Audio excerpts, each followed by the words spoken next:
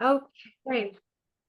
Hello, everyone, and welcome. I'm Lisa Martin with Silver Spring Town Center, and we're so excited to have you joining us for this very special talk presentation by Edith Purdy. Her presentation is called Mosquitoes in the Tent and Other Adventures. You're going to hear about the amazing adventures she had traveling and camping and hiking all by herself throughout a wide variety of natural spaces across the US and even into Canada. Before we get started, I wanted to tell you a few other things that we have coming up. Tomorrow night, we have a formal council member and county leader Cherie Branson is going to be doing a special personal talk called "And I Digress," a fireside chat with Cherie Branson. And that's tomorrow night, 7 o'clock on Zoom. And then on Monday evening, we have our Autumn Art Salon, and the theme is connection. I invite everyone on here who's an artist of any stripe. You can be a dancer, writer, musician, visual artist, sculptor, painter, whatever, photographer. Join us on Monday for this for the salon, and that's hosted by doll maker Camila Bryce Laporte. And now let's get to the program. I met Edith at an SSTCI program at the Coiner Farm, I believe in September, and she was just home from her amazing journey that she took. And I said, you have to do a talk for us. And so I think she can tell you more about it. I personally just visited many of these places on a cross-country trip, but she did the camping and the and very extensive hiking, and she was mostly by herself. And what an amazing journey she had. So let me turn it over to Edith. Edith Purdy, take it away. Thank you. As Lisa mentioned, we met back in September. It was at the Coiner Farm. There were about 10, 15 people there. The Smithsonian roving scholar chatted, nice conversations afterwards. And I told Lisa I had just come back for 2.5 months off the grid out west, and she asked if I would present. So imagine my surprise a week ago when the county executive in his weekly newsletter put out the Silver Spring Town Center. I was like, oh my goodness. But then I realized that some of my friends and neighbors who are on, some people from my yoga studio are on, people I've met walking in Rock Creek Park are on. So I thought, wait a minute, this is not just thousands of people in Montgomery County. These are people that I know and have heard me get in shape and talk about the trip. So hopefully for the next hour or so, we can have a really good time and just sort of savor this together. I would like to go through some of the stories and pictures first, and we'll save questions until the end. As Lisa mentioned, she just did many of these parts too, and before this hour, she and I were comparing notes. She may interrupt, but that's okay. If we have too many interruptions and questions, we won't get through all these slides, or I think 68 or something like that. So I'm going to start out in the beginning. I was gone for 2.5 months, pretty much off the grid. I left May 16th. I returned July 31st, which was kind of the intent. I mostly did tent camping. So for 2 of those months, I really slept on the ground in my tent, which was the plan. I'll show you a map in a minute, but I started on the East Coast, went west, pretty much Utah, went up through Salt Lake, Glacier, and then back down past Mount Rushmore, Yellowstone, Grand Tetons, Chicago, Columbus, Ohio, and then home. So that was kind of the circle I did. I started thinking about this trip a year ago when people were talking about the Northwest Passage and the Inside Passage. So I've been mulling this trip for a while, And a longtime hiking friend of mine, Pam, kept saying, life is short. You need to do it now because you may not be able to do some of these vigorous, strenuous hikes in 5 or 10 years. And that was the impetus to say, you know what? If I only have one shot to go out west, I want to do it right. I want to take 2.5 months. I want to plan out these hikes. I want to get in shape. And so what I'm sharing with you is the fulfillment of those dreams. One of my trail names is No Regrets, and I think it's called Living with the Millers. If you want to Google Jennifer Aniston No Regrets, you'll see, and that's, I want to have no regrets. So let me talk about. Oh, I'm trying to find. Oops. Okay. Just overview trip itinerary, May 16th, July 31st, 12 weeks if you're counting. It's 3,000 miles from the East Coast to the West Coast and 3,000 back. How I put 10,000 miles on my car, I don't know. But when I took it in to, have various things done, it was 10,000 miles. One of the ladies who I first showed this to said, what are your metrics? What are your statistics? And it's like, I don't know. So I can tell you that I visited about 18 national parks, national monuments, and national historic sites. I threw in state parks, even though they're not National Park Service, they're still pretty cool, like Antelope Island, which sits in the middle of the Great Salt Lake, which is very cool. States, I did 18. So just in case you're keeping track. Whoops. Let me see, how do I get to my next slide? Okay, there we go. I'm going to show you a map on the next slide, but I sort of numbered them. We started down in Damascus, Virginia. There's something called Trail Days, which caters to people doing the Appalachian Trail. It's a great place to go. Have my gear repaired, buy gear, and trade other stories with other like-minded outdoor people.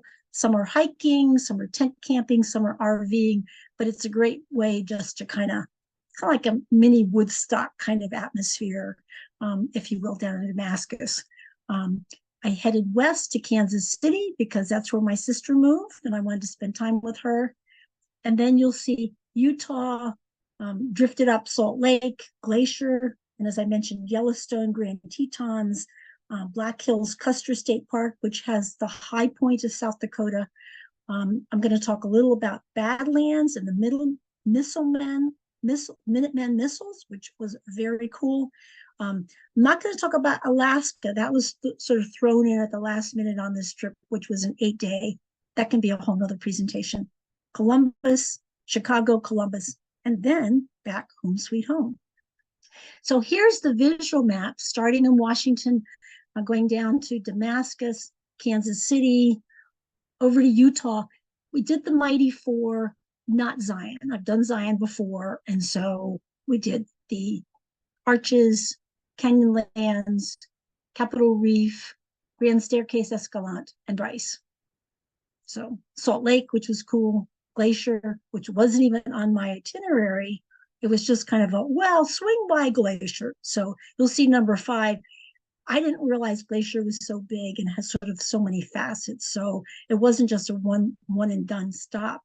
And you'll see down in Yellowstone again, I didn't know that Yellowstone had so many different facets. And again, I kept adding on days with recreation.gov, and Grand Tetons, I didn't realize it was so fabulous. So that's why I sort of did little circles, because I kept adding on days so I could have another tent site. Come through South Dakota, Black Hills, Custer, the High Point, Badlands, Minuteman. Visit my cousin, visit my brother, and drift on home, sweet home. Okay. Okay, let's see. How do I get to... Okay. Damascus, Virginia is a little quirky town. It's about 7-8 hours from Washington. Little town, some antique stores. The Damascus Diner is one of my favorite places. People decorate their yards in all kinds of cool ways. So here's the alien in one of the yards to say, "I'm watching you." So Very cool. I'm going to get rid of hopefully I'm going to get rid of the, right. Oops, no, hold on. I'm trying to, Lisa, I've lost my little If side arrow button do on you here. if you Oh, go to the okay. big square, I think you Okay, there if we you go. click Okay, that. there we go. Okay. Um, I visited my sister in Kansas City, and this is a plug for the Nelson Atkins Museum, which was on a par with the Smithsonian. These are labels off liquor bottles. There are thousands of liquor bottle labels, and what he does is he hammers them out and he stitches them together to make various quilts of various designs. And I just thought that was so, who would have thought, you open a liquor bottle and you throw away that little sort of metal tab. But she showed us how he made them. There were little pieces that we could hold. I just thought that was kind of cool, just creative ways. There is a glass labyrinth at the museum. And again, I'm sort of standing in the center doing kind of a little yoga pose, and you can see, wow, I've got three sides, and it was kind of unexpected that it's like, whoa, this is kind of like an infinity kind of experience at the Nelson Atkins Museum, which was very cool. If you're into barbecue, Joe's Barbecue, you'll dream about it for the rest of your life. And this is one of the original places on any real barbecue person's map. Okay, moving along from Kansas City. I pretty much drove in a day and a half, sort of nonstop. This is from our campsite. As you drive along, sort of south of the Arches, we're looking at Arches National Park, we're looking at the Colorado River. Bureau of Land Management has these campsites. And if you see an empty campsite, you just drive in, pay your nominal amount, and then you can look out on the river, dip your toes in the river if you want, and look across at Arches, which I thought was just, you wake up in the morning and there's Arches. I just thought that was really cool. Of course, this is the picture on the Utah license plates of Delicate Arch. There are not many people there. If you wait until later in the day, there's going to be long lines of people taking their turns on this. The next is me. That's me standing there. Took my turn, and there are other people waiting, so it was a quick take my picture. One of the things I found was I didn't know how to change my watch, and so I stayed on Eastern time the whole vacation.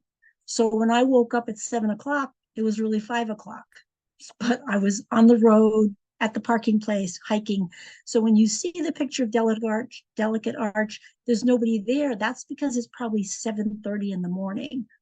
And real people who stay in real hotels are just getting up, going down, having a lovely breakfast, getting on the road. You're going to get to the park about 9, and I will have already done the hike to Delicate Arch. So it was weird staying on Eastern time, but it allowed me to not be in the heat of the day and to get a good parking place and to get some good hikes in before it got really hot in the day.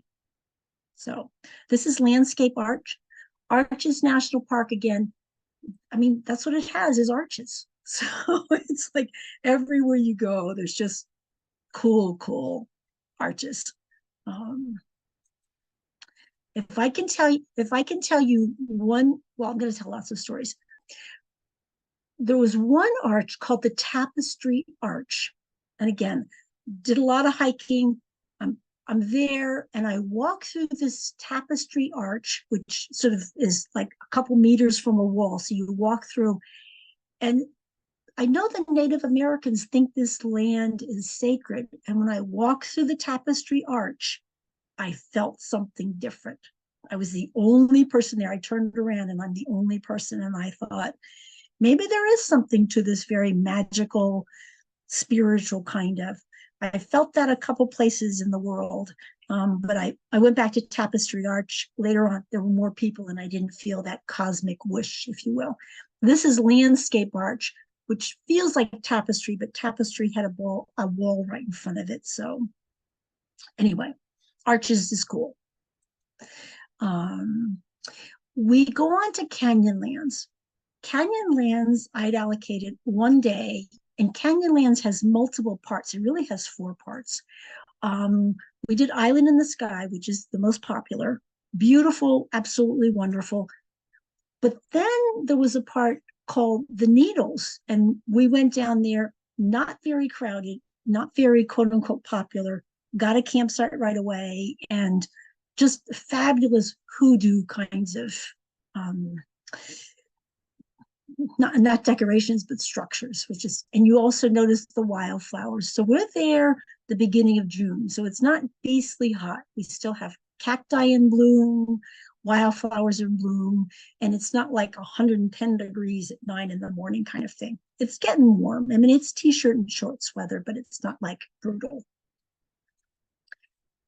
As I said, Canyonlands, the Needles part, we drove up, there's a campsite, and this is a view from our campsite. And I don't know that it does justice, but if you look closely, there are all these orange flowers.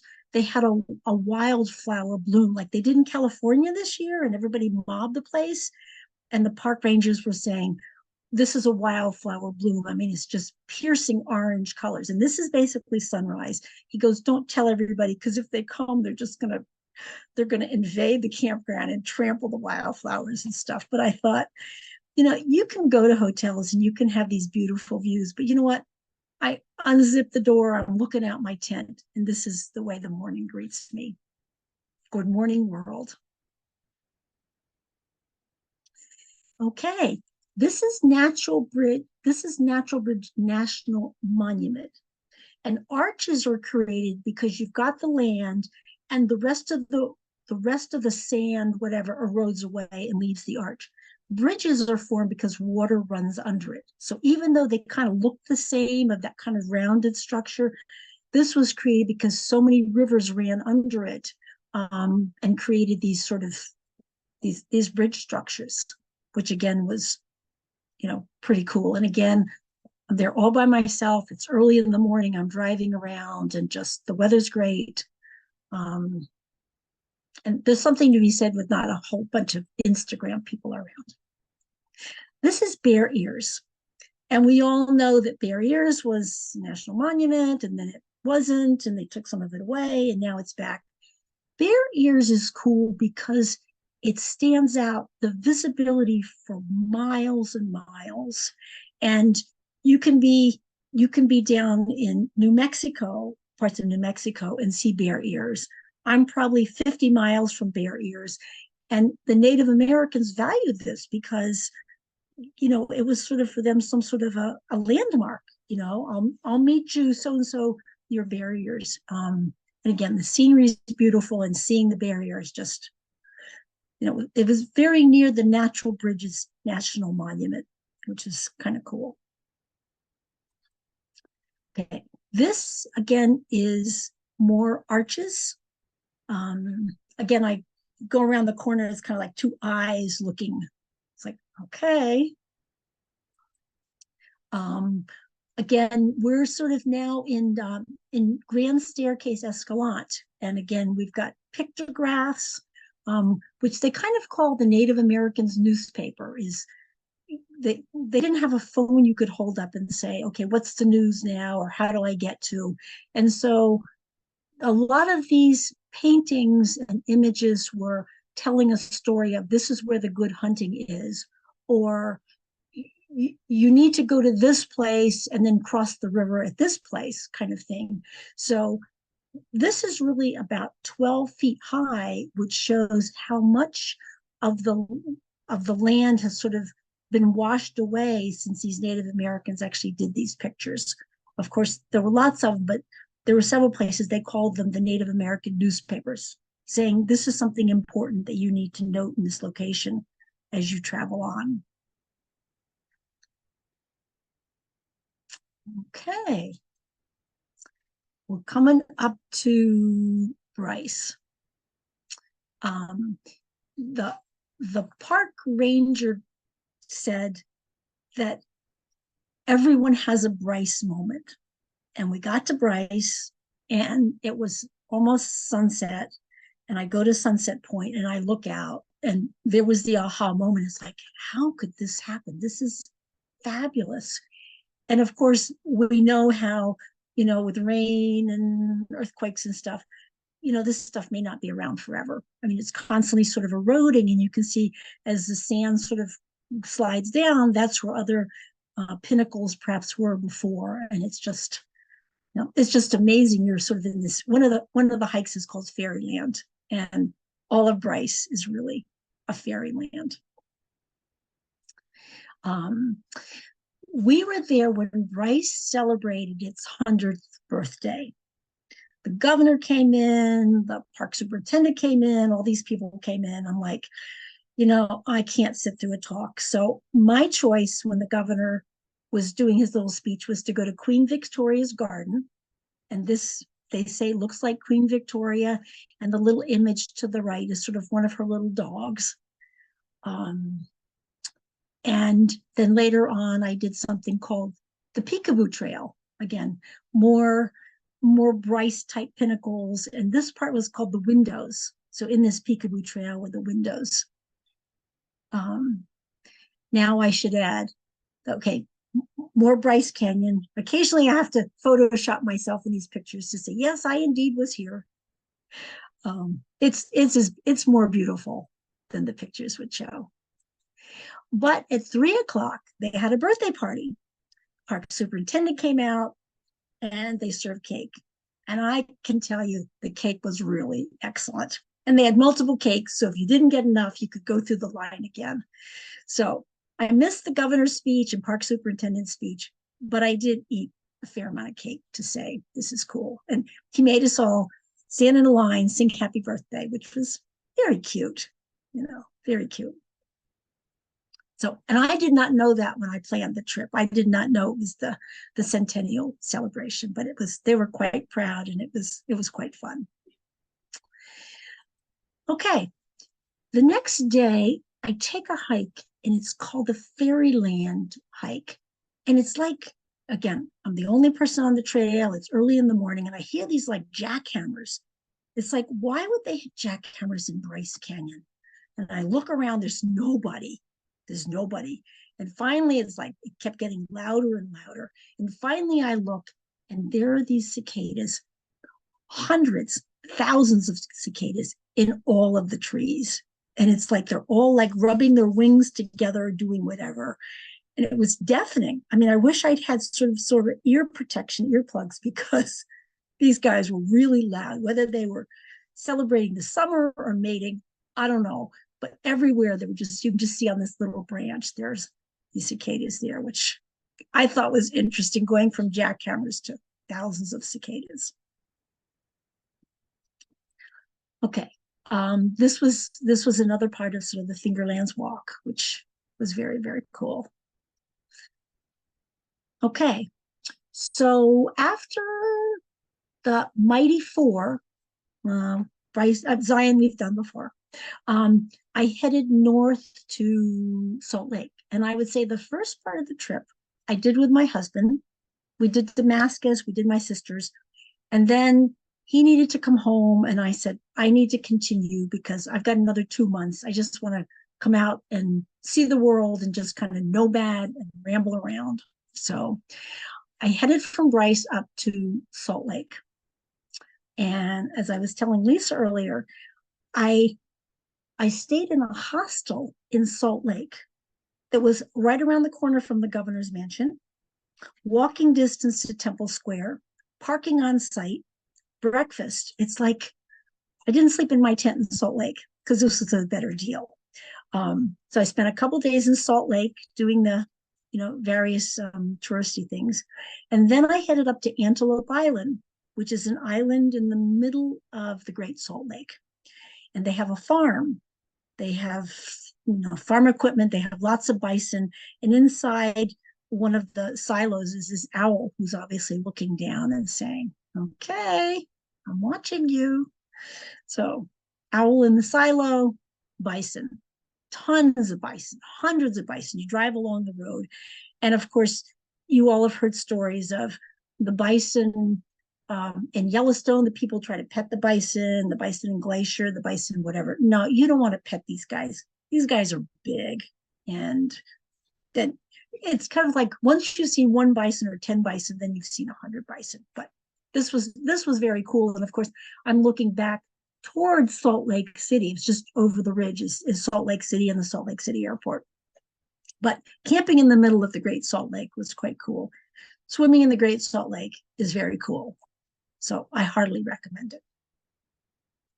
And they have showers. They say there's little brine shrimp. You're all salty with the brine shrimp, but they have showers when you get out of the Great Salt Lake. So you're good to go. Okay. After Salt Lake, I drifted up. Glacier was not on my itinerary. I was going to go to Boise, Idaho, and Sawtooth Mountains, but somebody said, well, just stop by Glacier. I stopped by Glacier and I spent 7 days there. Fabulous. So I just want to say, if you're going to go to Glacier, you might want to allocate a week, because Glacier has zones, the Apgar zone and the Two Medicine zone and St. Mary's zone and many glacier zone. It's like if you just going to the Sun Road, you've seen part of it, but it had different geology and different feelings and whatever. So I fell in love with Glacier. So instead of spending one night, I spent 7 nights there and hiked a lot, as Lisa mentioned. They had just opened to the Going to the Sun Road. They still had some ice and snow up in the passes. So I lived in sort of that turtleneck and long pants and goose down jacket for most of the summer, which was very cool. There were a couple days, like down in Utah, it was t-shirt and shorts, but up north it's cold. So cold but beautiful. Okay. This was Logan Pass, which is one of the highest points sort of after the Going to the Sun Road. And again, pictures really don't capture the magnificence and the total height of these mountains. It's just being there is just a very different experience. Okay, Logan Pass has goats. If you want to see goats, here they are. And it was, again, the wildflowers were blooming, which was really cool. And again, I was not prepared, but Logan Pass, going to one of the lakes, there was still snow on the path. So this is in late June, and it's like, okay, when does it ever melt? Well, sometimes it doesn't melt for a while. So here are the goats. I don't know if I have a picture of the path with the snow. No, here's a marmot up in the Two Medicine area. And again, part is you go and you see the lakes and you check the box or you have dinner. And part is, what kind of animals are there? Because we're really visitors. When we go to the national park, we're really visitors in their place. And we need to be very respectful that we don't frighten them, don't feed them bad food, don't harm them. And I thought it was really interesting. This little marmot was trying to eat the lichens or something. Just, what are you doing here? Kind of thing. Just really cool, unexpected. Always a good place to stop and have some water and have a snack also. Okay, this was at Many Glacier, which was kind of on the northeastern part, and you walk along. I seem to remember that day. It was cold, and there were 50-mile-an-hour gusts. You walk along, and all of a sudden you round the bend, and here is this fabulous lake that, by the way, was very cold. Some guys were talking about going in. I'm like, okay, you go. But there's no warming hut near there. But again, just an example of just the beautiful. Again, I think this was maybe a different hike. And I think I've seen this picture before. Somebody's, when you look at pictures of Glacier, it's like, wait a minute, that's like my picture. Just beautiful.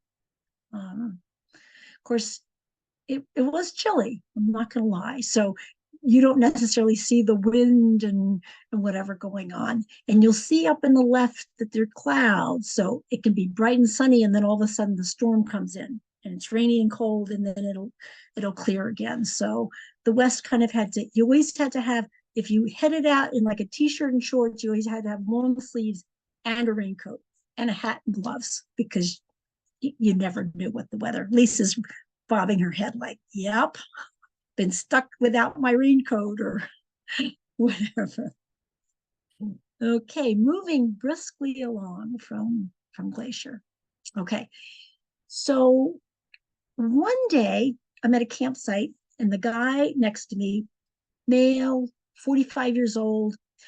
When you tent camp, you always ask the surrounding campers, not what do you do, what's your profession, but where did you go today and what are you going to do tomorrow? That's, you don't care what kind of job they have, what kind of car they drive, how big their house, you don't care. What did you do today? What are you going to do tomorrow? And the guy said, oh, I hiked Swift Current Pass today. It was really easy. I'm like, wow, if it's really easy, I hadn't done that yet, so I'll do that. So the next day I wake up, it's 34 degrees when I start the hike, when I climb out of my tent. I'm like, that's a bit cold. So I dress in my goose down and my long pants. I put on my rain gear to keep me warmer, and I start hiking. And I hike and hike and hike. And this is the Continental Divide. There's no big sign that says Logan Pass 8,000 feet or whatever. It's kind of like, this is it.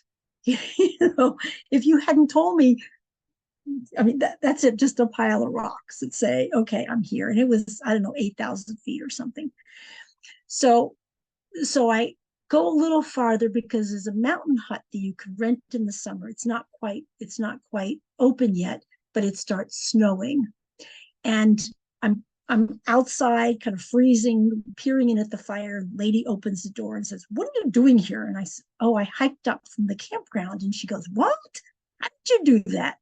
I said, well, the camper next to me. She goes, that young lad from yesterday, it was a beautiful day. He didn't come up with enough water. I said, but he told me it was easy. She goes, you are not a 45-year-old male and you've got plenty of water. This is not. So it was kind of validation that says sometimes you push yourself to do something tough. And when you've done it, it's like, that's pretty cool. It's pretty cool. That was on my way over.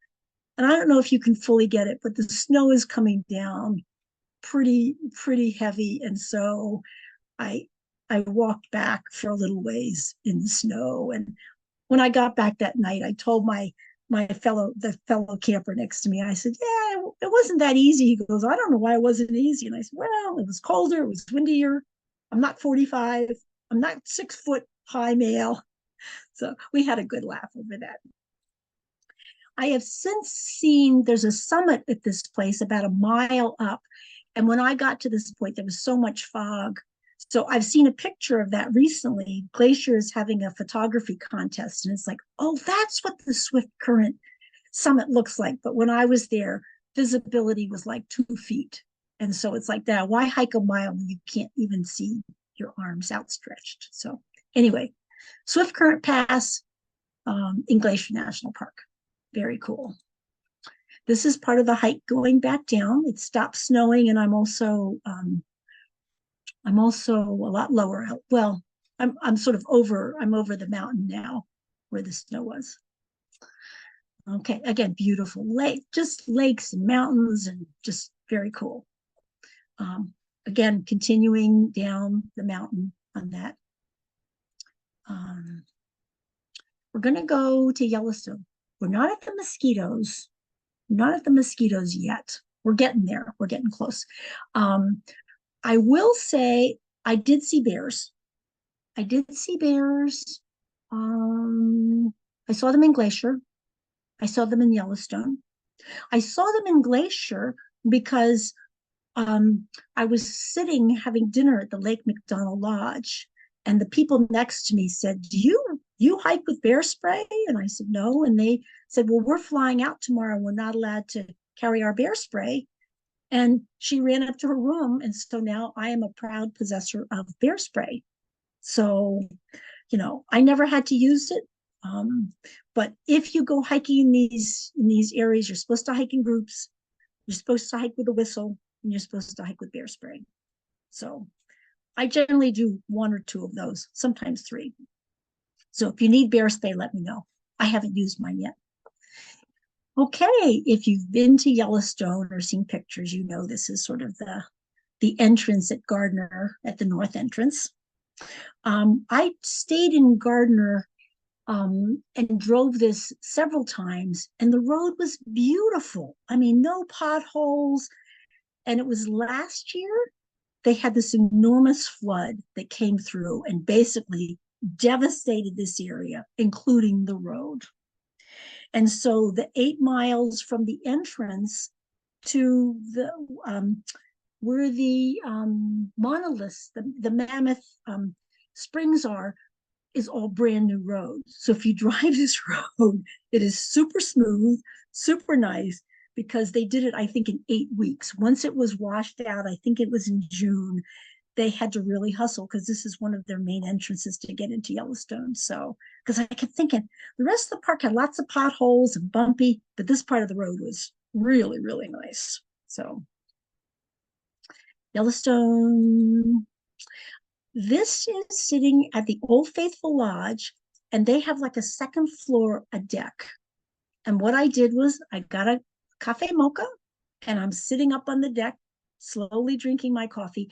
And you can see kind of the skies are dark. The skies are getting dark. There's going to be thunder and lightning. And I'm like, you know what? I'm protected on the second floor.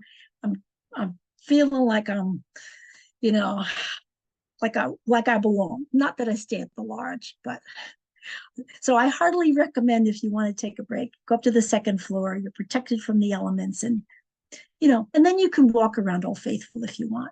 It's very cool. Was that the Lots second floor, Edith, of the visitor center or of the inn? Because they're of the beside each other. of the inn. Okay. So And you the get inn was closed when we were there in October. It had closed, I think, end of September. oh yes. Okay. And Okay. then they were preparing to close. They close November 1st, I think, for the winter. And you Yeah. can only get in there with snowmobiles and special vehicles, snow vehicles, they were telling me. That's on my list to go back and snowmobile in Yosemite. That would Oh, be cool. would be amazing. Um, they give a tour in Old Faithful, which is very cool. It's about an hour tour. Um, and again, I I would wake up in the morning and my goal was to get to the trailhead of my first hike. And I'm here to tell you, I have drunk more instant cold coffee and eaten more cold oatmeal than I ever want to in my life. but I but I got to the trailhead. So when I reached a place that sold warm coffee where the granules are like dissolved, it's like, wow, this is so cool.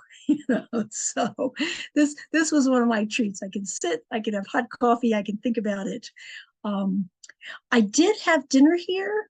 You have to have reservations, and it's a very cool atmosphere. I will say, if I had to have dinner, I would go to the Teddy Roosevelt Lodge in the Lamar Valley. I love that. And I thought the food at the Teddy Roosevelt Lamar Valley was absolutely fabulous. Food here is good. Teddy Roosevelt, I thought, was better. Not going to lie. Even the Yellowstone Caldera, which is their favorite dessert. So uh, I am not a social media person. I'm not an influencer. So if I mention products and services and companies, I'm not getting paid for that. But Lamar Valley Teddy Roosevelt was one of my favorites. Okay, moving briskly along. Oh, so this was in Lamar Valley, which was the first place I went, sort of on one of my first days. You want to see buffalo bison, Lamar Valley. These animals have priority. If they want to sleep in the middle of the road, if they want to fight in the middle of the road, if they want to nurse in the middle of the road, you just sit and wait. And of course, it's like, okay, how long is this going to last? It lasted, I don't know, 5 minutes or so. But that's why you go to Yellowstone, is to see this kind of stuff. Lots of calves, lots of bison, little fighting in the middle of the road, but all good. So I just thought that was interesting. It's like, okay, I have all the time in the world. Um, and that was kind of a nice thing. Yellowstone, I think I had allocated 3 days, and Yellowstone, like Glacier, has all these zones. Um, in other words, different areas. I started getting my sheets stamped. I didn't buy the passport book. I should have. There were like 14 stamps you could get in Yellowstone. It's like, holy smokes. There's not like just Old Faithful and Yellowstone Canyon. Just where Old Faithful is, there are 3 stamps right there. So, so I kept adding on days. So I guess because I had 2.5 months, I didn't have to be at anywhere at 5 o'clock kind of thing. It's like, well, I'll just get on recreation.gov and I'll just reserve a campsite for another day and I'll just stay here until I feel like leaving. So when you reserve at the lodge or get cabins, you've got to reserve like a year in advance or something. Campsites, some of them, but the National Park Service is realizing that some of the people are like me. It's like you hear about something. And so some of the sites they reserve a year in advance, some a month in advance, some the day of. Because I talked to some girls who got a campsite right in the middle of Yellowstone, like the day before. And it's like, well, that's what the Park Service does is they don't release everything all at once. So that's kind of nice to know. If you're in a bind, it's like, well, maybe I can get a campsite, or like me, kept adding on campsites. Anyway, okay. We saw Old Faithful. That was cool. We saw Lamar Valley with tons and tons of animals and bison. Yellowstone Canyon.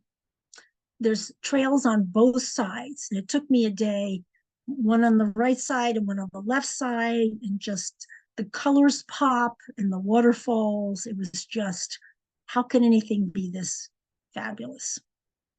So cool. I can't say, I mean, I spent a whole day and I thought I was just going to go maybe take a picture and move on, but it was mesmerizing. Ah, yes, here we are. This is in West Thumb that I'm going to do Grand Prismatic because that's the big deal. That gets all the publicity. Here's Grand Prismatic, but West Thumb. Let me go back to where's okay. I'm going to go back to West Thumb. You can see it goes back to part of Yellowstone Lake, and there's all kinds of fumaroles and hot pots and springs and whatever. And somebody said they went kayaking in Yellowstone Lake. I'm like, how does that work? And what they did was they took the kayaks, and the kayaks came from the right, if you will. And there's a place where the hot water comes down and meets the cold water of the lake. And the kayak tour guide led us so we could put our hands where the hot water met the cold water, which was warm water. And so I had hiked this, I'd done this path the day before, but then the next day I did the kayak tour. And that was interesting, seeing from the water perspective, and then, touching the hot and the cold and the medium. So if you go to Yellowstone, I think it's out of West Thumb. And again, it was like somebody said, oh, the coolest thing I did today was kayak. And it's like, I didn't know you could kayak.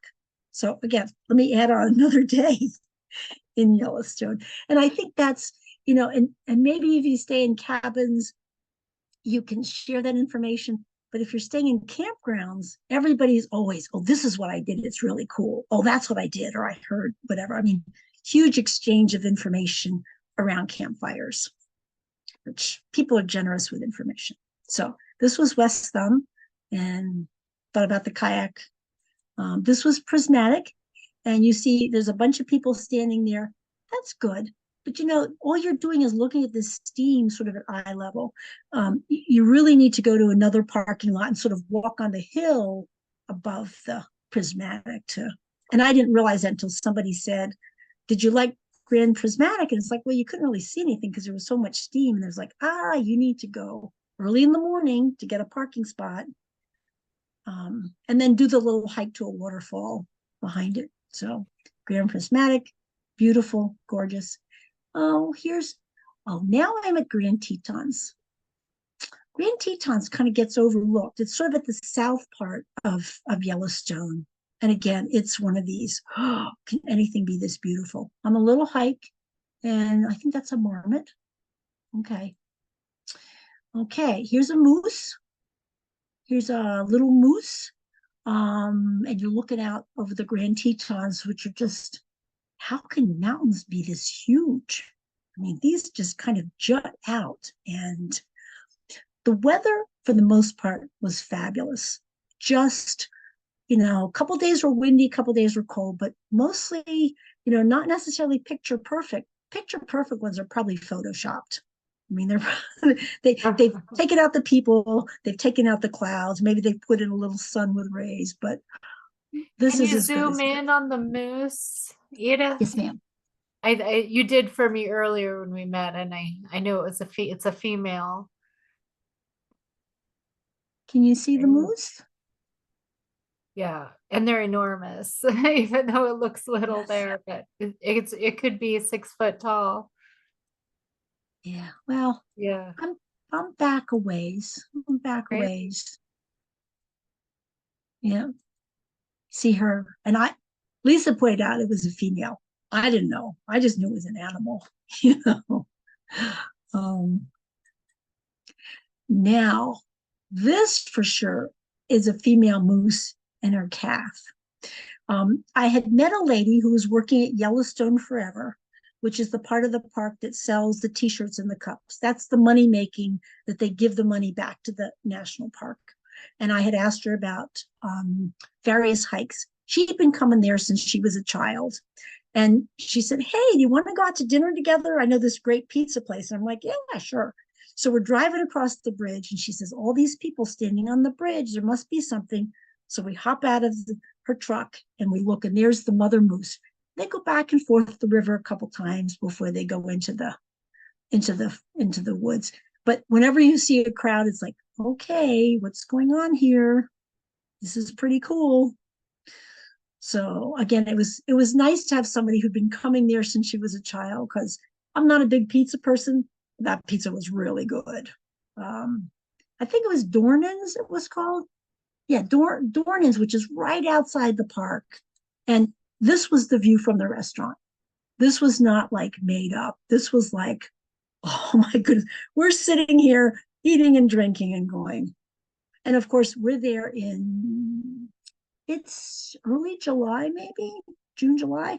So the days are really long. I mean, it doesn't get dark until like 10 or so, and it's light at 5 in the morning. So you can stay out all night, you can get up early and just hike or do whatever you want. Anyway, This is Tetons the are, south entrance, right near Jackson. yes, Okay. yes.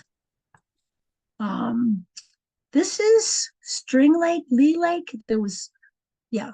Um, I did Phelps Lake, I did String Lake, I did Lee Lake, and they all were just beyond beautiful.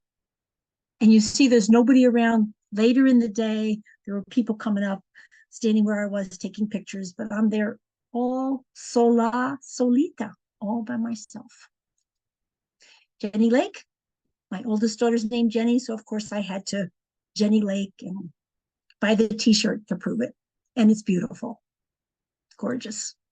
Um, this is something called Oxbow Bend, and this is where a lot of like plein air artists stand, a lot of photographers. And when I got there, it's like there's a photography sign. It's like, okay, I'll get out again. And I was like, oh my goodness, how beautiful can this be? So just you pinch yourself and go, is this a dream? Okay. So then I head from Yellowstone. Now I'm starting to kind of go east. Um, this is Devil's Tower National Monument. And I kind of didn't know what it was. Kind of like glaciers, like, well, I think I should go and kind of check it out. But as you're driving along, you see this thing in the distance. And then you drive along and this thing and this thing, and you realize I've just driven like 50 miles. And now this basalt column is just there, and it was just amazing. You drive up, there's prairie dogs everywhere, and if you drive up early in the morning, you sort of walk around and go, this is pretty cool, this is pretty special. pretty amazing. Again, another sacred part for the Native Americans, and rightfully so. Just really awe-inspiring. So after Devil's Monument, I'm driving east. I got to come home sometime, and I passed through a little town called Hewlett, Hulett, Wyoming. Of course, I'm ready for a hot coffee. I'm tired of my cold coffee. I'm driving through, and I see this thing that says bank with this skull on it, and the little sign says howdy. I'm like, well, my bank doesn't have like a cow skull on it and a howdy, so I'm just going to stop and go in. All the tellers have cowgirl hats and little scarves. I mean, you would have thought they were just taking a break from a rodeo. And I said, I'm just here because I'm from a big city and I don't know what a small town bank is like. And they were just, here, have some candies. And we're just chatting. And I thought, this is a difference between big city and small town where everybody knows everybody. So it was pretty cute. I never saw a bank that said howdy before. And I just thought it was really cool. So they said, well, if you're continuing to drive east, um, you may want to go to a place called Belle Fourche, BellefouRche, which means beautiful fork.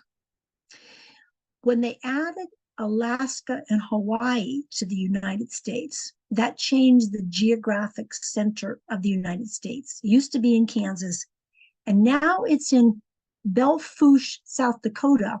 It's really in North Dakota. It's really about 20 miles north, right over the state line. But there's no amenities in North Dakota at the literal geographic center. Belle Fourche already had a museum, has some little restaurants and stuff.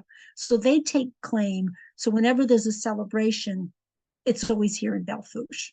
And the museum there was absolutely wonderful. It was just, I only spent an hour, and if I could have spent all morning there. It was just that good, a museum. And again, people are wonderful, small town attitude. So I've been to the Geographic Center. I didn't go to North Dakota, but maybe sometime. So the people at Hewlett, Wyoming, at the little bank, it said stop at Belle Fourche. And oh, by the way, ride through Sturgis. I wasn't there. I think it was the following weekend. They were going to have the big rally, but I saw enough motorcycles with flags on it, with various words that we don't talk about, family kind of stuff, that I kind of got the feeling if I multiplied those 10 motorcycles by thousands, I kind of got the idea. So I've been to Sturgis. It was pretty cool. I checked the box. Okay. So this is in South Dakota. This is Custer State Park, which is next to Mount Rushmore.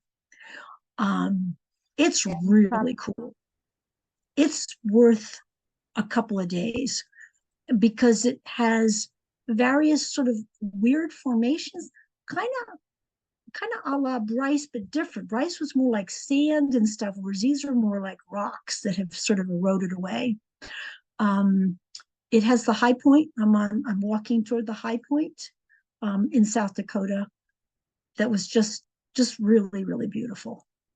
This is the high point. This is the tower in South Dakota. I only saw one person on the trail. I had to beg him to take my picture so I could prove I indeed was there. So again, you get an early start.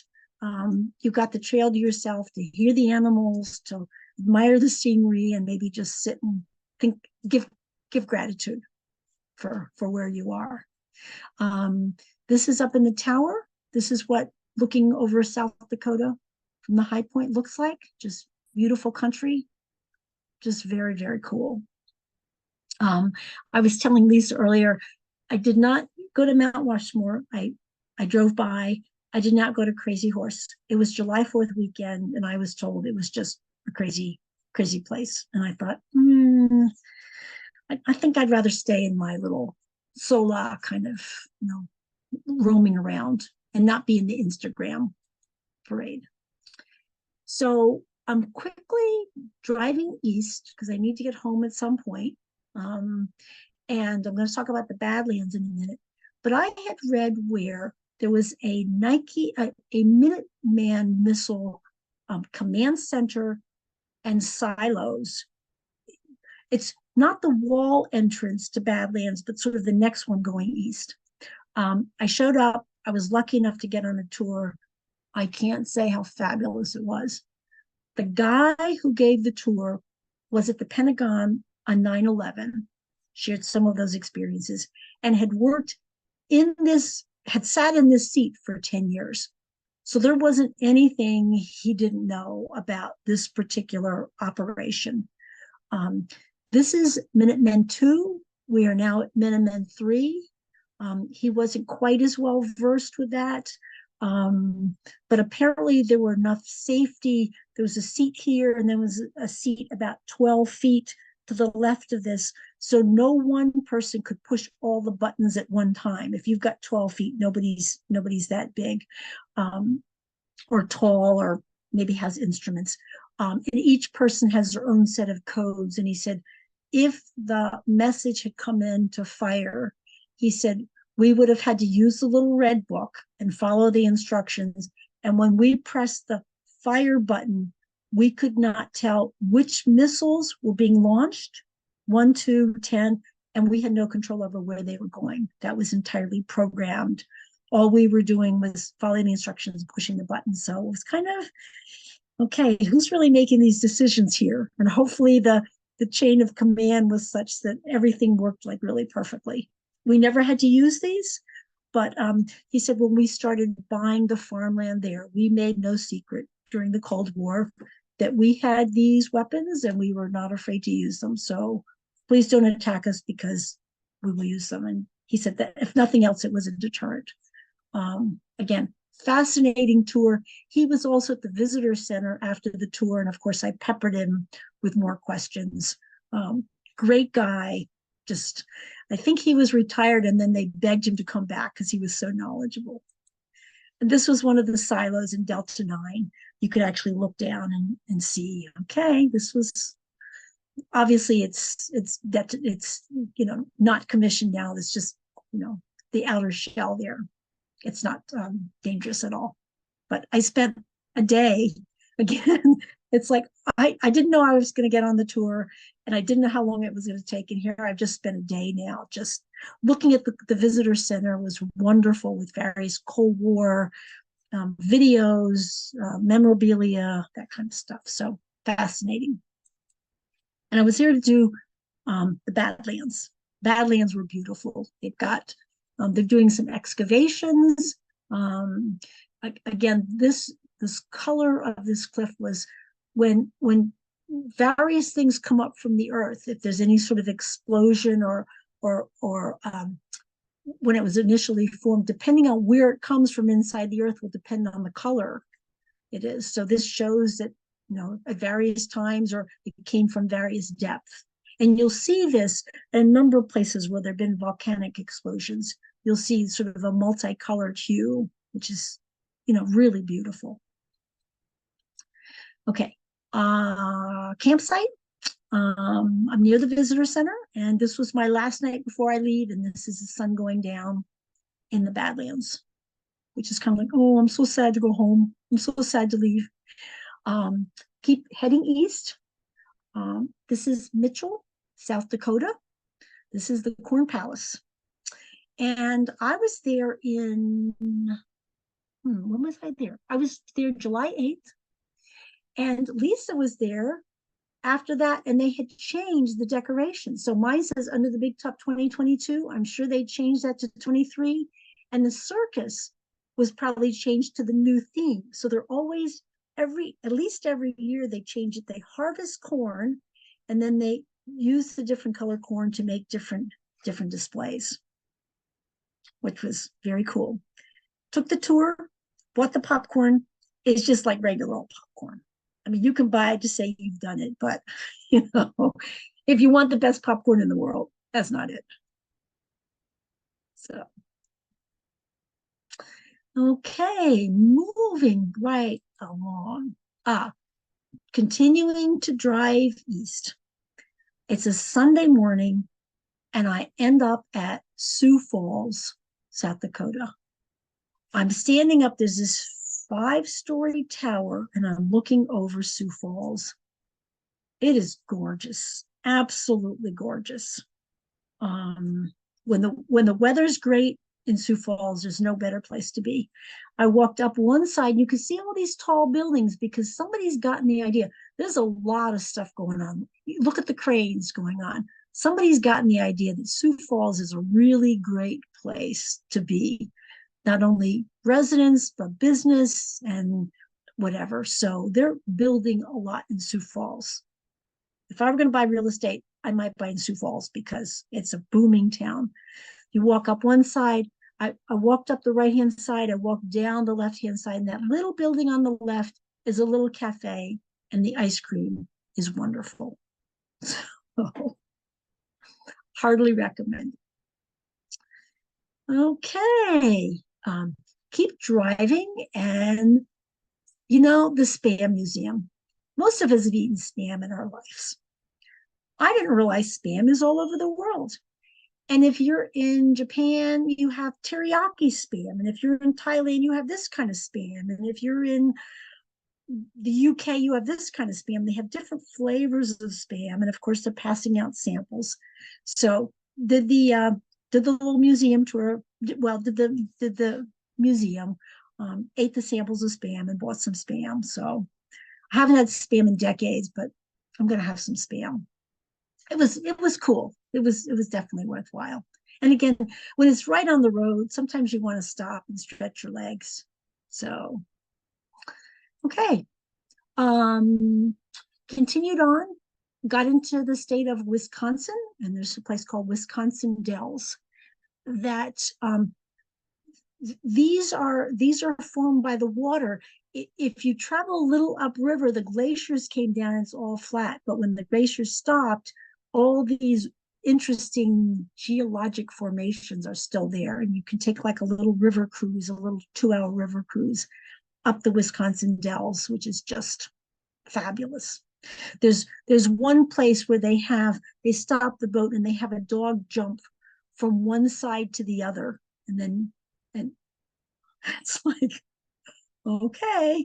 Apparently one of the guys who was one of the early settlers here did that. He had a dog jump and it sort of caught on, and that's one of the tourist attractions. But it was beautiful. It was okay. This is Madison, Wisconsin. Again, tour of the state capitol, which is just wonderful.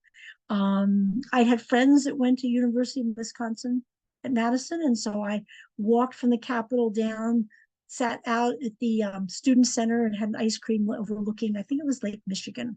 Again, fabulous experience. So Wisconsin, that was my first time in Wisconsin, but really enjoyed it. Visited my cousins in Chicago, and this is something at the Morton, like in Morton Salt, Morton Arboretum. And this is one of the changing exhibits. I'm sure it will be gone now, but outdoor stuff, everything was sort of natural, like bushes and branches and logs and stuff. So my uncle had volunteered at the Arboretum. My cousin Sue, her late husband, had volunteered in the Arboretum. So every time I go to Chicago, we go to the Arboretum. So very cool. My last stop before home was Ohio State Capitol. My brother took me, and this was the stained glass inside the state capitol. So, and I think that actually is the end of my slides. That actually is the end of my slides. And if anybody has any questions, comments, or advice for if and when I redo that trip, please let me know. Lisa's going to moderate. Yeah, wonderful. Wonderful, Edith. Yes, we had some questions come up in the chat. If someone has a question or comment, you can raise your hand. Go to the 3 little dots in the upper right-hand corner, click, and then raise hand, or you could just do it physically like this. So let me finish with, why did I call this mosquitoes in the tent? Yep. Because I'm at Yellowstone, I'm in Grand Tetons, and I've been on the road about, I don't know, almost, well, 6 weeks. And you would think I would know how to set up my tent, know how to get organized. But that day I pushed myself too hard. I did an extra. I should have left earlier. I knew the rain was coming. Quickly went back. There's a campsite at the right at the south part of Yellowstone, right on the border of Grand Teton. I set up my tent, and immediately the rain starts. And I'm lying in my tent, right? I'm lying in my tent, and it's only like 6 o'clock. So I get another 4 hours until sunset. My phone is in the car, my sleeping bag's in the car, and I'm looking up at these mosquitoes and going, I thought I was a seasoned camper. How did this happen? And it gave me time to be grateful, to say, I am thankful for what I did. Maybe next time I need to be a little more, watch the weather. And eventually the rain stopped, and I went out and I got my sleeping bag and that kind of stuff. But for close to an hour, I looked up and I said, wait a minute, I have two kinds of mosquitoes. Are the mosquitoes on the outside between my rain fly and my tent? Those guys, they're okay, they're interesting. But the mosquitoes on the inside of my tent, those are the guys I really have to, I have to either get them out of my tent or I have to kill them. So, so I realized there's outside mosquitoes and there's inside mosquitoes. and that was my deep thought for the day on mosquitoes in my tent and being humble.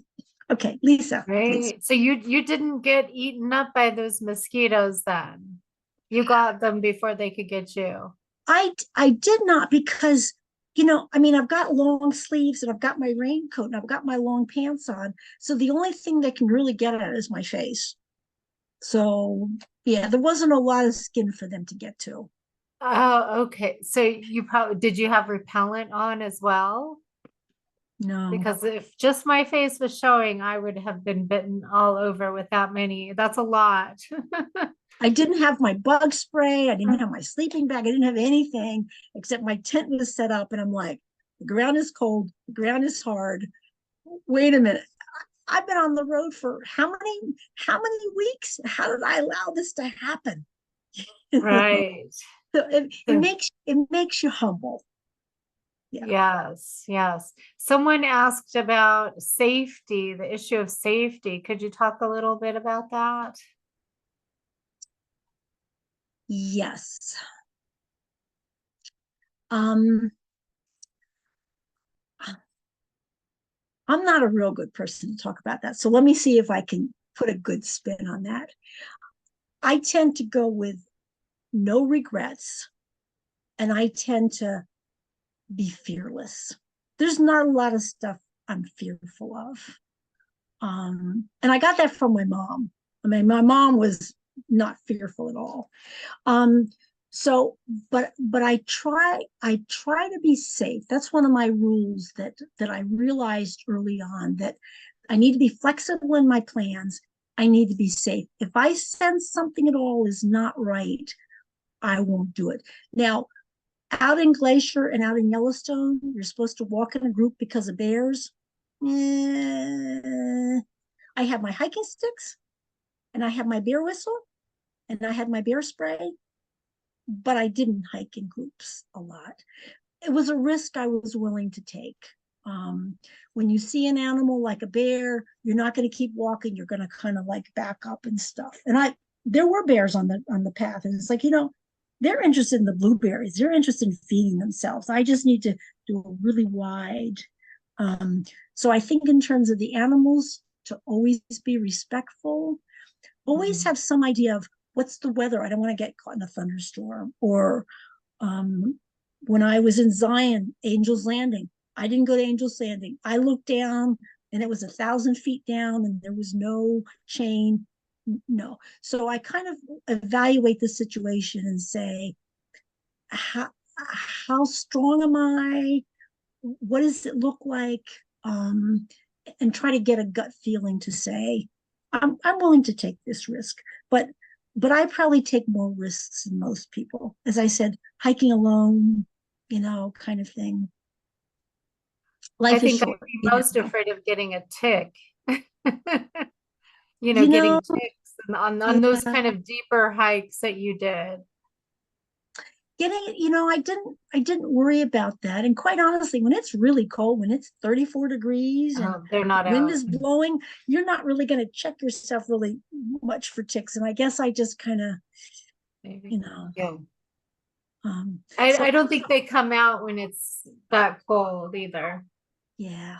But there's So, also, packs of wolves in Yellowstone, which they were reintroduced into Yellowstone some years ago and have brought a balance back to the ecosystem. You know about that, right? With yes. did you see wolves? We didn't see any on this trip. I've No. seen wolves on my other trip to Yellowstone, 15 years ago. Also, when I'm camping, I do not have food in my tent Mm, ever.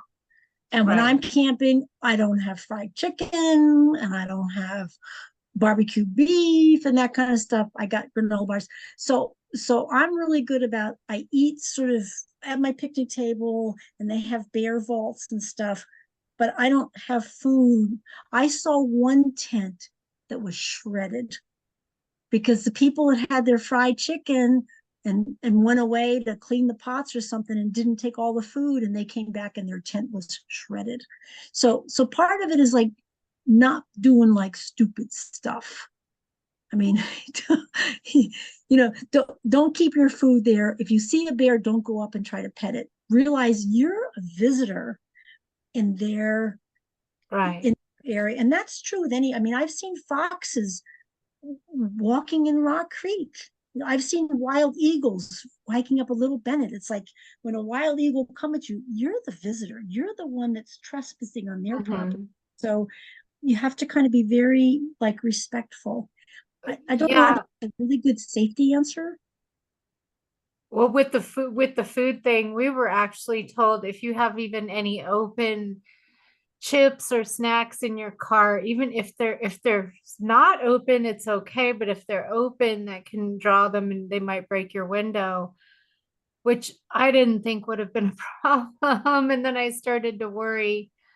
And knowing that animals have such a good sense of smell, I said, let's just bring absolutely everything into the cabin because they can smell through the packaging too, I imagine. Um, Last year, when I went to the Canadian Rockies, I took like a Ziploc kind of bag, but it's mhm, odor proof and supposedly you put your food in there. I didn't take that this year. I did have a cooler in my car. So mhm, again, you have things in Ziploc bags in the cooler, you know. mhm. Um, Oh, but Mary, would you like to oh, she wrote, Mary, would you like to ask your question? She clarified it in the chat here. Um, are you there, Mary? Yes, I was actually thinking about safety, being alone around other people, camping in the campground, and you're around a lot of other people that you don't know, and being alone on a hiking trail, um, uh, that sort of thing. That was, but having to do with safety in regards with to other people. so let me talk about that. I have never felt not safe in a campground. I'm an older woman. I'm older. I'm female. You know, I have found that people go out of their way to be protective and accommodating and just the two stories are I'm in Glacier. I see this family with 3 kids, and the next morning the woman comes over to my table. I'm eating my cold oatmeal. She says, "Would you like some coffee?" And I said, "Oh, that would be nice." She goes over to her campsite, gets her coffee French press, and she pours hot coffee in my cup, and she goes, would you like cream with your coffee? I was like, whoa, that would be cool. She runs back to her campsite. She says, my family's not up now. And I thought you looked kind of lonely and would like some hot stuff. I'm like, and she goes, and tonight when you come back, why don't you join us for s'mores? Join us around the campfire. Just time after time, people went out of their way to be inclusive, to be respectful. And it was just, there was one, the day I did the Swift Current Pass, that the 45-year-old told me when I came back, he said, how was it? I was like, man, it was kind of tough. There were a bunch of kids sitting around. Here I am sitting with a bunch of 35-year-olds. And we just had the most glorious time. It's like, you don't want to sit by yourself. It's like, I'm thinking, I really want to go to bed. In fact, we were up till past midnight. And I said, it's a good thing you kids asked me to come to your campsite. Otherwise, I would have told you it was quiet hours at 10. But the conversation was, one guy was talking about UPS.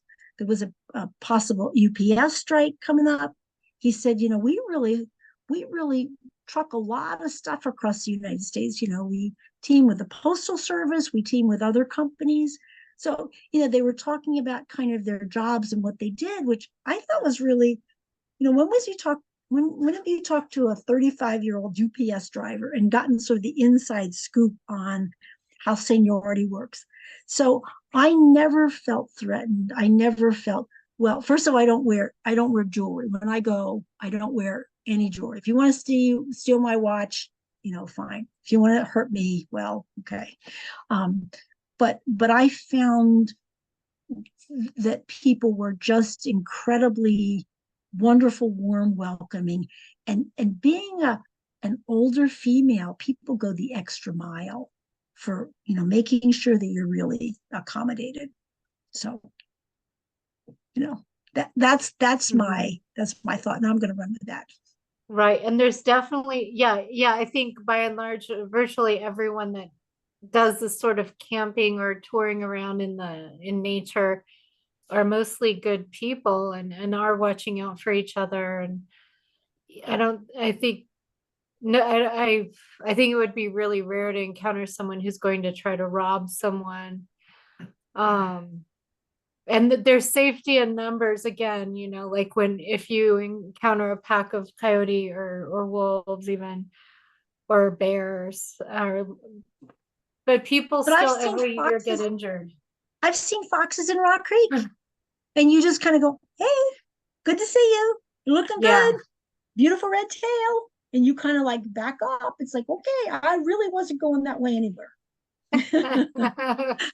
Yeah, a fox, I don't think a fox can hurt an adult, a human, but some of these animals, even just an elk or a bison, they're so large that even if they just start running, stampeding kind of thing, they can injure you. Because people think the buffalo looks so cute and they go up. Every year there are people who get injured because they think they can just go cuddle them. But they're enormous animals. And there's other dangers that I don't think was mentioned in Yellowstone on the thermal at all the thermal sites. You cannot walk on there, but you will see buffalo poop and footprints. But they have big strong hooves. They can step on something that's 200 degrees and without it really phasing them, whereas a human, their shoes get melted off, and you have to obey all the signs along There the was one way. story, a woman's walking with her son, and he sees this blue pool, and he thinks it's a swimming pool, and he jumps in. Oh, I don't know how the Park Service keeps that kind of stuff. He died. And I don't know how the Park Service is, first of all, if you've got small children, you keep them on a leash, or you hold their hands really tightly, and you tell them this is a dangerous place. Don't encourage them to jump in like their neighborhood pool. So stuff happens, but again, if you're kind of educated and a little prepared and not like a show off, then I guess I'm going to trust that, that things are going to be okay. Yeah. So I see Ken Roseman has his hand up. Ken, did you have a question for Edith? Yeah, that was a remarkable presentation. I mean, you are very brave. I'm not self-reliant. I couldn't do it. I don't drive. I don't have the money for long distance travel anymore. And the questions, I mean, the scenery was absolutely magnificent. I will probably never get to see that in person. So let me just say, Um, if this trip anyway, was not that expensive. I'm a cross-dresser. So let me You just guys say, met each other at the farm, yeah. remember? I don't So drive. well, you can You take were- buses. You can take buses. Not through a lot of those parks. The buses don't go. The buses don't go and let you off at Yeah, wherever. probably You know, Yellowstone. I don't know about the rest of them. You need to have your own vehicle in Did you? Yellowstone. I had my own vehicle, yes. And I am of an age where the National Park Service, you can buy a senior pass. The senior pass gets you into national parks, national monuments, etc., free, and you can camp half price. So I I can't tell you how much I spent on this trip, but you know, when you're spending $5 a night, $10 a night, maybe $15 a night, that can go a really long way versus $150 or $200 a night. If you're spending $10 a night, $15 a night, you can go for a pretty long time. So there are ways you can do it. Eating oatmeal and cold coffee. Again, you're not spending $30, $50 for breakfast. So there are ways that you can see things and do things and not splurge. Every couple days I went out for a nice meal. I'm not gonna lie. But there are ways that does not cost thousands and thousands of dollars to do 2.5 months. But I would say that you It's probably doable. are very self-reliant and much more so than I am. I don't even drive. So I wondered if you ran into any foreign tourists. I thought that missile place was very scary. I don't know if I could handle going there.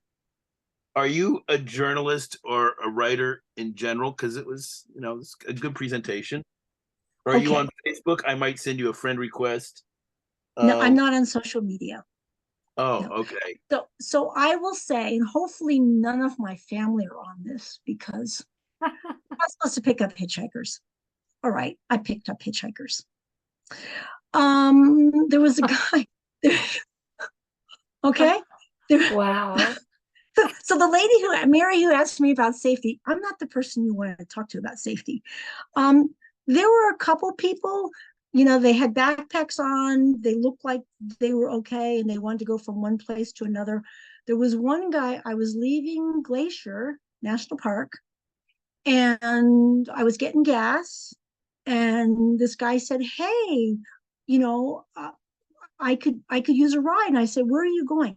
This guy was really different. He was from, where was he from? France. And you can't work in the US, but you can work in Canada. But he wanted to go south. I was like, Canada's not south. Anyway, I gave him a ride for probably 6 hours. As I left Glacier, and I'm just driving, and I'm talking about, he wants to work as a waiter, and how long are you going to travel? Some of these people like travel for 6 months or 9 months, and they get a little job and do a wait job or work in the park service, and then they move to another part. I mean, some of these people have these really cool lifestyles. When you have a place and you're paying a mortgage and rent and you're sort of locked in, you forget about, oh well, I just feel like I want to go spend a couple weeks in Yellowstone, and then I want to go to Zion, and I'll go, and I'll, because they need help. They need waitress jobs and gas station jobs, and they'll go and they'll work for a couple weeks, and then they'll just go somewhere else. So yeah, I did pick up a couple hitchhikers. And have I hitchhiked myself on this trip? No. But have I hitchhiked before? Yes. Yeah. But that's a whole nother. I've I've also picked up hitchhikers in Ireland, but only because I knew they were going to a music festival I was going to, and I decided to pick up three different little batches of people, and boom, boom, boom, one after the other, because chances are they weren't gonna all try to kill me. I have hitchhiked before when I hitchhiked. didn't have a car, and I think it's Mhm. really nice when people, give me a ride. And you're right, it's a risk, but yeah. So great. So who else has a question or comment for Edith? I know there was Kay, you had asked something in the chat earlier. Did you want to ask? Sure, yeah. So, Edith, when you took those photos of the petroglyphs, how large were the petroglyphs? Do you remember approximately? And the second question is, in arches, can you walk on any of the arches? I believe you're not supposed to walk on any of the arches. And generally there's signs saying do not walk. I'm trying to think if there are any arches you can walk on, and I don't remember. Okay. There may have been people starting to walk on, but they're pretty much signs that say don't walk. Okay. Yeah. And what about the petroglyphs? That was a great shot of the three people in a row. Were they like very small, or do you remember? Well, first of all, they were high up. They were like 12 feet high up. And maybe they were like a foot high, maybe. Oh, okay. So they were large high. then. Oh, okay. All right. Yeah. Yeah. All right. Well, And they very were, nice presentation, and thank you. very, Thank very you. nice. So thank you. Yes. Yes. And that was something most of the time, it was like, okay, I'll try to do this. But that was one place in Moab. We talked with somebody, and they said, fantastic tour, go to Navtech and get the Blaine tour. Okay. So the next day I go to Navtech, I ask for Blaine, and Blaine's doing a Canyonlands trip. And that was one of the things that he pointed out as we're sort of going from Moab into Canyonlands. He points out, and that's why he said, in the olden days, these were sort of signs to say, go up here and you can cross the river, or here's the best hunting or whatever. And he says it used to be at eye level, or you used to be able to stand and do these paintings, but now so much has eroded. So if you go to Moab, Navtech, ask for the Blaine tour. Fabulous. Okay, thanks. Great, and I highly recommend Moab. It is extremely remote to get to. I would recommend it over the Grand Canyon. And I know now Edith has hiked down into the Grand Canyon multiple times, she said, right? On previous trips, obviously. Yes. Yes. Which is yes. incredible. But the Grand Canyon was the first time I did it. I was like, somebody said, oh, you can go into the Grand Canyon. It's like, oh, that sounds cool. Right. So I get a permit that day for the night down at Phantom Ranch. And I'm sitting on the bus and I don't have a clue what I'm supposed to do. But I'm trying to act like, oh, this is so cool. And I see this guy across from me, he's all decked out and all this stuff. And I think, well, I'm just going to follow him. So we get off the bus, and he says, where are you going? I said, oh, I'm going to Phantom Ranch. I said, where are you going? And he goes, oh, I'm going to XYZ place. I'm like, oh, that's cool. That's really cool. I didn't understand what he was saying. So I start hiking down with him, and he's talking about all kinds of stuff. And about an hour and a half down, he says, so have you ever been here before?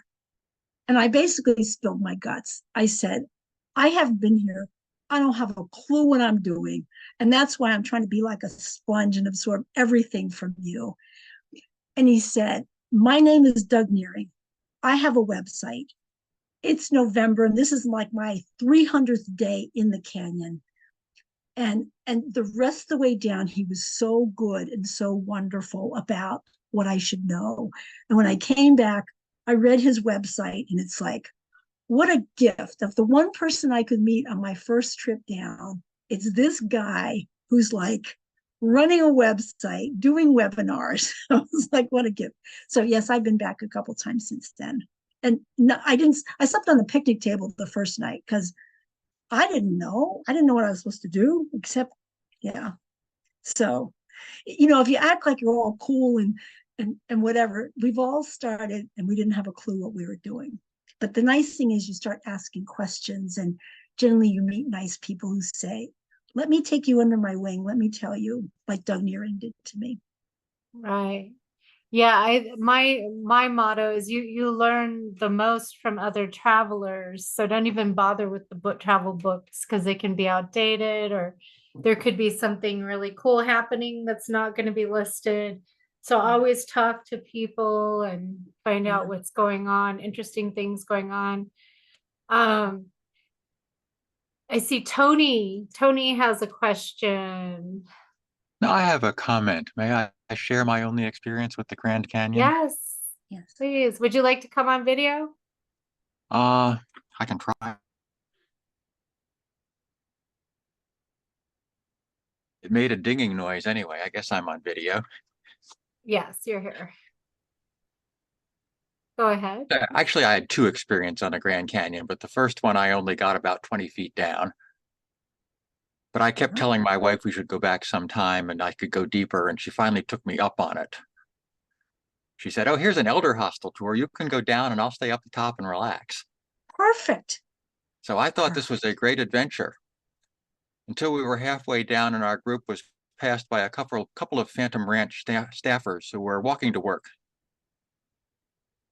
They walked down in the morning and did their job and walked back up. Yes. I made it back up. There's a sign there, reaching the bottom, optional, going back to the top, mandatory. Well, no, because you can go down to Phantom Ranch and hop on one of these rafts and go down to the dam, and then they'll take you out there. That is an option. And the ambulance ride in the helicopter ride from the bottom of the canyon was $3,000 in 2017, and it was $10,000 in 2011. Because I checked on that. How else can I get out of the canyon? The helicopter will pick you up, take you, but then it's another fee to take you from the South Rim to Falstaff. No, what's the Flagstaff. Flagstaff, yes. So Great, thank you, Tony. Someone in the chat asked, what was your longest hike? So your longest ever and your longest on this particular journey. Oh, okay. So the longest in terms of miles, elevation, time, I would say probably that Continental Divide where I showed you when it was snowing coming back. That was a 9-hour hike. That was, 9 hours. Now, how long was it? Let's say 15 miles. But when you go from 6,000 feet to 8,000 feet, that's kind of different than if you just kind of walk. So I would say that's probably the longest one. Also weather conditions, when you got wind and you got snow. So I know it was 9 hours because I left when it was light and I got back before it was dark, which was huge. I did not want to be walking in the mountains in the dark. The longest hike I've ever done was in Iceland, the Landsmannalager, and I did 23 and a half hours because we got halfway and we couldn't go back and I had to catch a plane. And so there was no choice but continuing to walk. And you walk sort of from the middle in Iceland to the seacoast. And I can tell you that was tough, 23 and a half hours for 40 kilometers maybe. And no sleep. You were hiking in a mountain range or going from a volcano, and the volcano, this was in 2011 when the big volcano erupted in 2010. So we actually had to go over places where you have to stay on the trail because it's purple and red on one side and orange on the other. And if your boots touch it, your boots will melt. Yeah. So going where the volcano was. So it was mostly downhill because Iceland sort of, so it wasn't a tremendous elevation gain, but it was kind of rocky. It was kind of, not real groomed surfaces. I had thought it was going to be just an out and back kind of thing, but we we made a mistake and went too far, and we slid down some stuff and we couldn't get back, and it's like we can't go back, so we're going to keep on so I can make my plane. And I would not Wow. so that was So was that was that near Reykjavik and where the airport is? Keflavik. No, that was in Keflavik, the yeah. center of the island. Landsmetalager is in Oh, okay. is in the center. Okay. Yeah, I've been in Iceland also. Yeah, Um, that was a pretty crazy. And again, when I look at that and go, there was, sometimes you realize you've got a guardian angel sitting on your shoulder, because it's like, how did we do that? It was pretty. and so there was live active lava come flowing It was from the year before. It from the wasn't year active. It before, was from the year before, but they said stay on the trail, because right? and they Weren't had there were there still fumes coming out too, the still gases? steam. Yeah, still steam coming out. Because that can kill you too. Yeah, Usually that's what kills people, I think. yeah, Wow, you were lucky. You were safe. Um, yeah. great. And let's tell us about the hoodoos. I think you So mentioned and that trip I was with my youngest, because oh, I'd been dreaming of that trip for like a year, and mentally I'd been walking that trip. So when I and the family knew I was going, nobody wanted to go with me. Okay, fine. I'm going to get on the plane. I'm going to go. I'm going to hike this trail. right. I get off the plane in Keflavik, and there is this girl who I know. It's my youngest, and she's like, the family didn't think you were going to be safe, so I'm here to babysit you for 2 weeks and make sure you're safe. So she and I spent 2 weeks going around the island and doing the hike together. So, but I was going to do it anyway. Great. But yeah, so Mom, I'm here to babysit you because we think you're off the charts. Okay, fine. Great. So back to Bryce Canyon, which I also got to visit this trip. The hoodoos, people may not know what those are. Those things that are shaped. They're like people, right? And the Native Americans. Did you know this? That they believe. I didn't know that. Oh, in the Paiute belief system, they believed that bad humans were being punished and they were turned to stone. Oh, wow. So because you can see faces in these rock formations. So Wow. hoodoo is it means like fearful face or something. Wow. And I want to give a shout out to another animal I loved along this route that you saw a lot of prairie dog. Yeah. I learned on this trip that prairie dogs, did you notice they kind of communicate to each other? They bounce up and down, yip, yip, yip. Yeah. They say different things. Did you notice that? Yeah. Yeah. And they're warning each other. They not only say, oh, there's something coming or someone coming, they will specify there is a tall, thin human in a yellow shirt coming. They actually have a language I read about. They have different sounds that describe, they don't have anything to distinguish male or female, but they can distinguish specific kinds of animals and the colors and shapes, including of humans. But they don't distinguish between men and women because they look, the males and females are pretty much the same in the prairie dog species. Anyway, well, this has been fabulous, Edith. I think you had a lot of wonderful comments in the chat. People are thanking you for the wonderful presentation. What is your next adventure that you have planned? Okay. I haven't decided yet, but my brother just came back from Greece and Turkey, and my sister is in France as we speak. I'm feeling left out. So, yes. To just take off and go. Well, and in fact, one of the magazines, Backpacker magazine, Will French, has a quote in this month's magazine. He says, everyone should run away from home when they're 75 and do something neat. I'm not 75 yet. I need to practice. So this is me practicing running away from home. Yes, I need to practice. So yes, I will stay in touch with you because yes, I need to, as long You as I have my should. health and as long as I have this kind of, time and whatever, yes, I would like to continue going Yes. and being Well, grateful for the yeah. opportunity.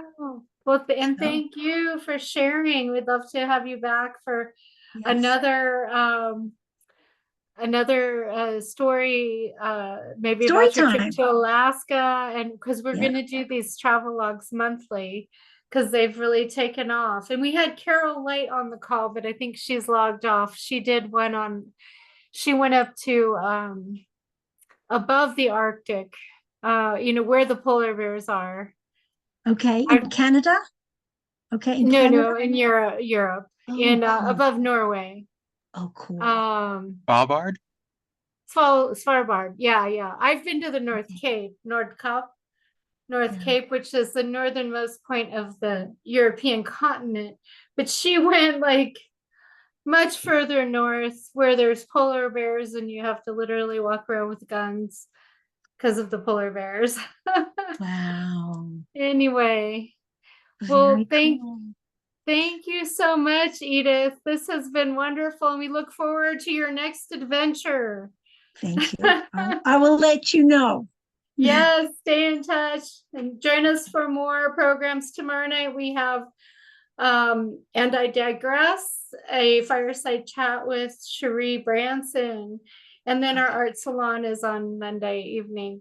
Thank you again, everyone, for joining us. Have a great rest of the evening. Thank you, Edith. Thank you. You should write a book, Edith. Have a You should good night.